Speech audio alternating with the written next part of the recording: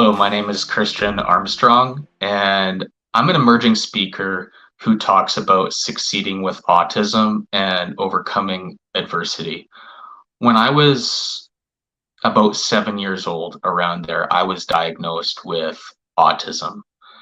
And for those of you familiar with autism, it's a different area of the brain that works differently. So I remember even before I was diagnosed, I wouldn't be able to look my own mother or father in the eyes. I wouldn't be able to maintain eye contact or look at them. And it was a very big challenge because going to preschool and elementary school in those years of school, it was very hard, very challenging to even just be able to talk to someone or make a friend. And I know it's very ironic with me speaking here on ASPIKA right now, and I appreciate the opportunity so much. But before I even got here today, it's been just this roller coaster ride of how do you even get into the real world, and how do you? It starts with the slow steps and the small wins, because it was doctors who pulled me and my parents into their office when I was diagnosed at around 7 years old, saying my parents with me there. I can barely remember, but it went like, your son won't be able to graduate high school. He won't be able to get a driver's license. He won't be able to go to university. He won't be able to pursue his passions and dreams, which was acting, get involved with team sports, now speaking, get married, which I did recently. None, even move to a new city, which I'm living in now. Like, none of those things were even possible according to doctors, because they were looking at the stereotypes and labels of autism, where that was back in 2001. We're now living in 2023, where the beauty of it is with social media now, which I'm still learning, and a lot of us still are, but it's being able to share your story like I am now, and just saying that, yes, I can. When all odds are against me, yes, I can. And that's like my story. And I'm saying to you that, yes, you can, because I was doubted. I was told that things aren't possible for you, Christian, that you cannot achieve your dreams, goals, achieve success, because I'm living testament to that here today. And it was so hard. I wanted to fit in. I wanted to know how to understand verbal communication. I wanted to process things like neurotypicals, people who don't have autism. I wanted to be the person who people looked up to, and people who always called my name down the halls in high school. I wanted so badly just to feel like I belonged. And it was the feeling of hopelessness a lot of my years through elementary school, through middle school, through high school. It was this wanting to be someone who I really wasn't, who I wanted to be, but now that I'm that individual who I am right now, being my full self, who I'm meant to be, it just didn't translate when I was younger, because it's that whole idea of autism of, you mask. You mask as someone who you're not. And I'm not saying masking is a bad thing, because I mask all the time. I love acting. I got involved with acting. So, to portray these different characters, I had to mask as someone else, as different characters all the time. And it's not a bad thing, but what I will say masking is it, in a way, I guess it is a teaching lesson, where you can learn how to be these different people, learn how to hide your emotions. And that's what my story is. What I teach is, I teach different perspectives of, masking is being someone of like letting people know that you're versatile, of like portraying someone, but then coming back to your whole self and saying, but that's not me. That was just me for a couple hours. It was it was so many counseling sessions and therapy sessions of me just telling these individuals who were professional counselors of, I don't know who I am, and I went and I'm feeling depressed, and I don't know if I can live on with life because I don't know who Christian Armstrong is. Because Christian Armstrong wants to be the center of attention. Christian Armstrong wants to be liked by people, but it wasn't like that for me in high school because he always had the popular kids. I wasn't popular. But the beauty of that is I wouldn't change my life for the way it was back then, because right now I am fully present in who I am. I would not change anything because what I've gone through back then, like seeing counselors, seeing um like failing at numerous obstacles and tasks, and getting getting doubted in team sports, getting doubted on going to university, it's all made me the person I am today, because I would not be where I am here right now if it wasn't for getting doubted by doctors, getting diagnosed with autism, getting told by friends, even my own friends doubted my abilities. My own friends. Can you imagine that for a second? Said, I don't know if it's possible, but I did it. Because the mind is a powerful thing. I I'm not done yet.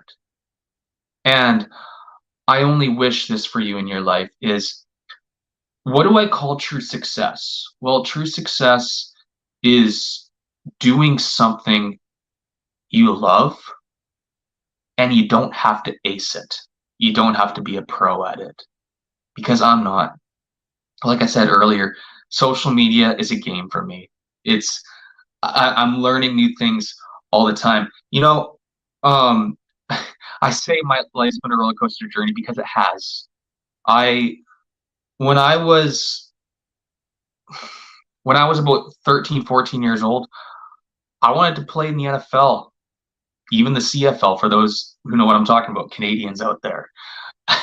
I love sports, but it didn't work out. But that didn't let me lose sight of my dreams. You know, I I wanted to be a professional actor, and believe it or not, I still do.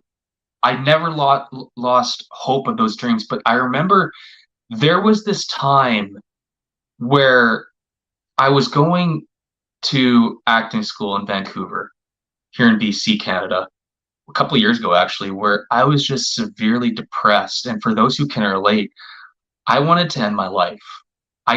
Because I was so craved on this, I wanted to be the center of attention. I want people to laugh at my different characters, jokes, personalities, where it was this whole rejection game where I wasn't getting in the audition room. I was getting told that your acting isn't good enough, where it lost me mentally and emotionally, where I had to walk away.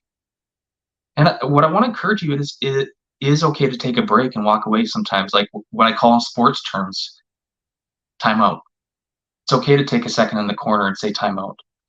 It's okay, because when I took that time out and came here and started watching ASPIKA and motivational videos and learning from speakers, I knew that I had a story to share.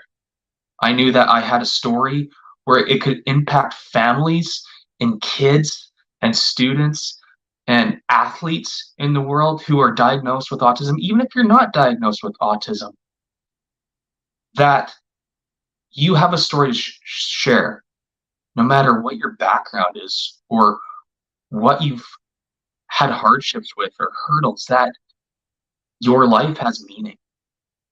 That, it's funny because having that acting background, that I still see myself sometimes even as this actor on camera, that I see the different tips I've learned from acting, that I know that my acting journey isn't done yet.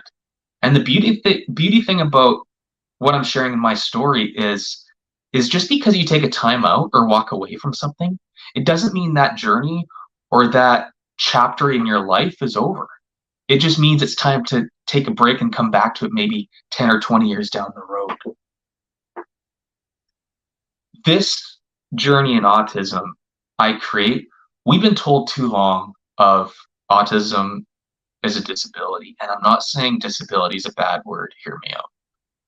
Autism might be a disability for a lot of people. It was for me for many years. But what I am offering a new perspective on autism is from the beginning of time, we are told that we have a purpose and we are created equally and different and can impact people at different levels, that we have gifts to share in our own intelligence, whether you have autism or not, neurotypical, neurodivergent, in your own way. So with that perspective, who's to say that autism is a disability? What if it's just a different way of learning, which I share in my speeches, in my talks? You know, I said this in a school, in a setting, and I still say it here today, is if 99% of the world's population was born and diagnosed with autism tomorrow, and was for many years, 99% of the population diagnosed with autism tomorrow for years and years on end, would that not be the new era and the new neurotypical way of learning? Because neurotypicals, yeah, there's more of them. There's a lot more statistically of them, but that's the way it's always been. So we've created neurotypicals and said, that is the way of learning. What I want to encourage you is say that, what if autism is just different? What if it's not bad? What if it's not limited? What if it's limitless?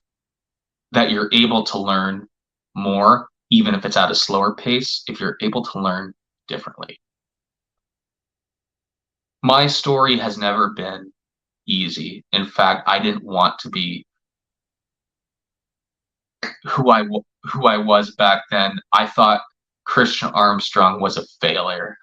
I thought Christian Armstrong, I didn't want to be him. I'm proud to be Christian Armstrong, because Christian Armstrong, he never quits. He never gives up when things get hard. And that's my story. What I want to encourage you is, going into your story, is your story impacts people because it's yours. I always say with my story is, if one person hears this here today and it impacts you, well, then that's success. You know, we're so consumed by money, by fame. And would it be nice for my story to reach the ends of the earth? Absolutely. I would love nothing more than that. But if my story can reach just one, that's success. I've always been told by, because I'm sensitive. A lot of people with autism are sensitive. Sensitivity may be weak in the neurotypical old school perspective, but sensitivity means you care and you sympathize for others, for those around you. And if that's not a gift, I don't know what is. You could tell me and say, Christian, like, I don't see how autism is a gift. Like, give me some examples. I'll give you an example. When I was young, still living at my parents' house, obviously, I was watching NFL football, NFL Sundays with my dad on the couch. And he would quiz me. He would say, Christian, tell me where the football is going, which hole through the offensive line, which side of the ball, I could tell you where that football was based upon the quarterback, the running back lining up in the shotgun or the I formation for those football fans out there. 95% of the time, I would just reading it, I would tell you where the ball's going. That's a gift. I'm a hockey fan. I love the Vancouver Canucks. And in the NHL, I could tell you who's playing first line, second line, third line, fourth line for the Vancouver Canucks. Defensive pairings. I could tell you half the AHL farm team roster for the Vancouver Canucks, and people would say, "Oh, well, you could study that, you could memorize that." But not everyone could learn all that. That's a gift. So we got to learn what is that everything is gift according to different people. You know, I teach succeeding with autism. So last but foremost, I want to give you some tips of my story of what helped me succeed with autism and how I want you to succeed with autism. And you can take it or leave it. Is number one, refrain from using the word I can't. I know I'm guilty of it. I make mistakes, but we all do it. But the more you don't use the word I can't and substitute it with I can, or maybe even just as simple as not yet, I'm not there yet, but I'm gonna get there. Number two, always never be afraid to ask for help. You know, no one is Aquaman, Superman, or Wonder Woman here. We can't do things alone. None of us can. I don't care who you are. We succeed better as a community, working together, helping each other succeed when we ask for help. I don't care how many questions you ask. I ask for about 50 questions per day because verbal communication with autism is a struggle for me. I'm a hands-on learner. I learn visually. I ask 9 billion questions all the time, and that's okay. I talk like I'm speaking to you here right now because I asked 9 billion questions when I was 7 years old till now that I'm 29 years old. I'm never afraid to ask how many questions because I want to succeed. Number three is get comfortable with being uncomfortable. I know, and I'm good at my own gifts, and you are too. But if you want to get better and you want to push yourself, learn to embrace your fears. It sucks, but that's where I've come here today with my autism here right now. So there's 3 tips I want to leave you with. And I'm sure I have a lot more that I did not mention in this video, but that's where I wanted to get by is autism is only a hurdle. And I can't speak for everyone on autism. All I can speak is on my story.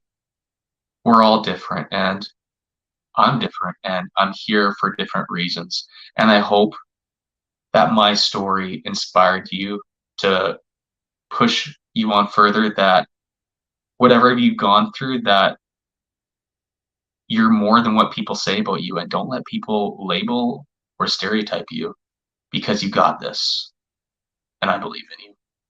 Thank you for having me, ASPIKA.